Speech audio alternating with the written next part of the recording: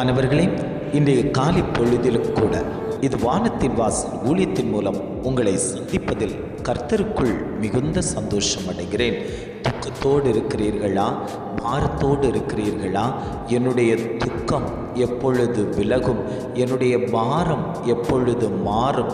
தேவ சமூகத்தில் வரத்தும் போக்குமாய் இருந்து கொண்டிருக்கிறேன். தேவனுடைய பாதபடியில் அமர்ந்து கொண்டிருக்கிறேன். என்னுடைய வியாகுலத்தை தேவனுடைய பாதபடியில் ஊற்றி கொடுத்து கொண்டிருக்கிறேன். ஆனாலும் இருதயத்தில் ஒரு வெளிச்சம் தோன்றாதது போல் துக்கமுகமாய் இருந்து கொண்டிருக்கிறேனே. எப்பொழுது என்னுடைய சூழ்நிலைகள் மாற்றப்படும் என்று அநேகர் தேவ சமூகத்தை நோக்கி பார்த்து கொண்டிருக்கிறீர்கள் அல்லவோ? உங்களை பார்த்துத்தான் ஆண்டவர் சொல்கிறார், உன்னுடைய துக்கம் சந்தோஷமாய் மாறப்போகிறது என்று இன்றைய காலை பொழுதில் ஒவ்வொரு குடும்பங்களையும் பார்த்து ஆண்டவர் வாக்கு கொடுத்து கொண்டிருக்கிறார். இன்றைய காலை பொழுதிலும் கூட ஆண்டவர் நமக்கு தரக்கூடிய நல்ல வார்த்தை என்னவென்றால், ஏசாயா 60ஆம் அதிகாரம் 20ஆம் வசனம் இவ்வாறாக சொல்லுகிறது, உன் துக்க நாட்கள் முடிந்து போம். வசனம் இவ்வாறாக சொல்லுகிறது, உன் துக்க நாட்கள் முடிந்து போம். இந்த உலகத்தில் வாழும்போது சந்தோஷத்தை கெடுத்து சமாதானத்தை சீர்குலைய பண்ணி குடும்பங்களுக்குள் துக்கத்தை வரவழைக்கக்கூடிய சத்துருவானவன் ஆட்சி செய்யக்கூடிய காலத்தில் வாழ்ந்து கொண்டிருக்கிறோம்.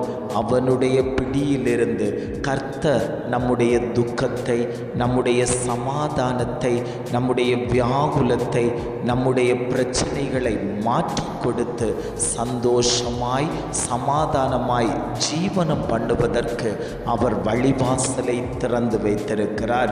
இன்றைக்கு குடும்பத்தில் அநேகர் துக்கத்தோடு இருந்து கொண்டிருக்கிறார்கள். வியாதியை குறித்தான துக்கம், பிரச்சனைகளை குறித்தான துக்கம், பாடுகளை குறித்தான துக்கம், புருஷனை குறித்தான துக்கம், பிள்ளைகளை குறித்தான துக்கம், வேலை விஷயத்தை குறித்தான துக்கம், இந்த சூழ்நிலைமை எப்பொழுது மாற்றப்படும் என்கிறதை குறித்தான துக்கம், இப்படி பல துக்கங்கள் உன் வாழ்க்கையில் இருந்து கொண்டிருக்கலாம். ஆண்டவர் சொல்லுகிறார், என்னென்ன துக்கங்கள் உன் வாழ்க்கையில் இருந்தாலும் அந்தந்த துக்கங்களை மாற்றி கொடுத்து சந்தோஷத்தை உன் குடும்பத்தில் நிலைவர பண்ணுவதற்கு நான் இன்றைக்கும் ஜீவனுள்ள தகப்பனாய் உன் மத்தியில் உலாவிக் கொண்டிருக்கிறேன்.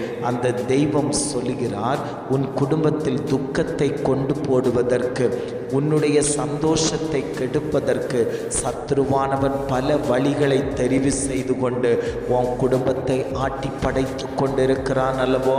அந்த சத்ருவை முறியடித்து உன் குடும்பத்தில் நான் ஜெயத்தை தருவேன், உன் ஊழியத்தில் நான் ஜெயத்தை தருவேன், உன் தொழிலில் நான் ஜெயத்தை தருவேன், உன் பிள்ளைகளுடைய காரியத்தில் நான் ஜெயத்தை தருவேன், நீ பயப்பட வேண்டாம் என்று ஆவியானவர் திட்டமும் தீர்மானமுமாய் ஆண்டவர் வாக்கு கொடுத்து கொண்டிருக்கிறார். அந்நாள் துக்க முகத்தோடே இருந்தால் தேவ சமூகத்தில் தன்னுடைய இருதயத்தை ஊற்றி கொடுத்தாளோ அப்பொழுதே அவளுடைய துக்கம் மாற்றப்பட்டு விட்டது. இன்றைக்கு அந்நாளை போல எப்பொழுதும் அழுது கொண்டே இருக்கிறீர்களா? என் குடும்பம் மேன்மையாய் வரலையே, என் புருஷன் இந்த மதுபானத்திலிருந்து திருந்தலையே, என் பிள்ளைகள் இந்த வேசித்தனத்தில் இருந்து திருந்தலையே, என்னுடைய குடும்ப சூழ்நிலைமை எப்பொழுதும் சத்ருவானவனுடைய பிடிக்குள்ளே இருக்கிறதே, அதனால் என் மனம் துக்க முகத்தோடே இருந்து கொண்டிருக்கிறதே என்று அநேகர் தேவனுடைய பாதப்படியில் உங்களுடைய கண்ணீரை ஊற்றி கொடுத்து கொண்டிருக்கிறீர்கள் அல்லவோ?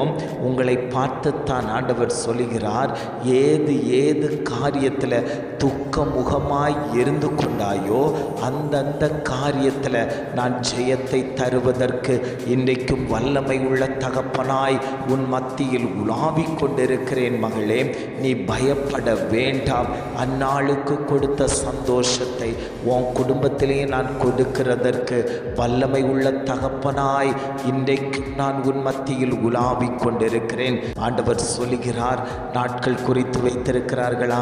இத்தனை நாட்களில் இந்த காரியம் முடிந்துவிடும், இந்த சரீரம் மண்ணுக்கு போய்விடும் என்று உங்களை பயமுறுத்தி கொண்டிருக்கிறார்களா? ஆண்டவர் சொல்லுகிறார், அந்த நாட்களை நான் முடிய பண்ண போகிறேன். நீ இதை நினைத்து கொண்டு துக்கத்தோடே உன் நாட்களை கழித்து கொண்டிருக்கலாம்.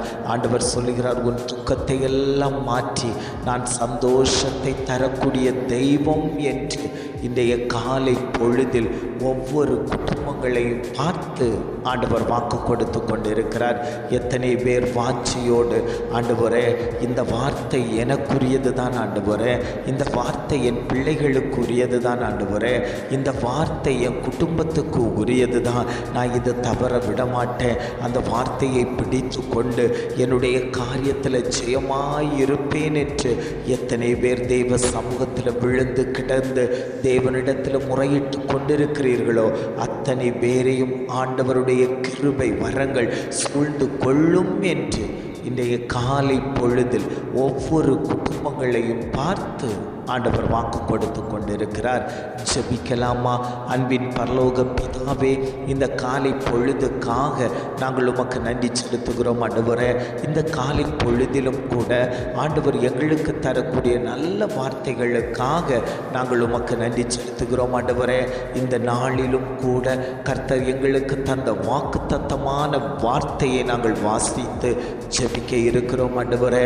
உன் துக்க நாட்கள் முடிந்து போம் என்று சொன்னது போல ஆண்டவரே, இத்தனை ஆண்டுகளாய் துக்கத்தோடு நடந்து கொண்டிருந்த இந்த பாரம் எப்பொழுது மாறும் என்று நான் நினைத்திருந்தேன். ஆனால் கர்த்தர் வல்லமையாய் அடியேனை கொண்டு பெரிய காரியத்தை செய்வதற்கு ஒரு கருவியாய் பயன்படுத்தினீர் அல்லவோ, அந்த கருவியை என்னை கொண்டு சுத்தப்படுத்துவதற்கு, அந்த இடத்தை பரிசுத்தமாக்குவதற்கு, அந்த இடத்தை செப்பனிடுவதற்கு கர்த்தர் எனக்கு தந்த ஜெபமாகிய விசுவாச கேடகத்தை பிடித்து கொண்டு ஜெபிப்பதற்கு கர்த்தர் இரக்கம் பாராட்டும்படியாய் நாங்கள் ஜெபிக்கிறோம் ஆண்டவரே. நீர் அப்படியே செய்து விட்டதற்காய் ஸ்தோத்திரம். உம்முடைய நாமம் மகிமைப்பட்டு விட்டதற்காக நாங்கள் உமக்கு நன்றி செலுத்துகிறோம் ஆண்டவரே. இம்மட்டுமாய் வழி நடத்தின தகப்பன், இனியும் நீர் அவர்களை வழி நடத்தும்படியாய் நாங்கள் ஜெபிக்கிறோம். எங்களை தாழ்த்தி தருகிறோம். துதி கன மகிமை எல்லாம் உமக்கே செலுத்துகிறோம். மீட்பர் இயேசுவின் மூலம் ஜெபிக்கிறோம் ஜீவனுள்ள நல்ல பிதாவே. ஆமென், ஆமென்.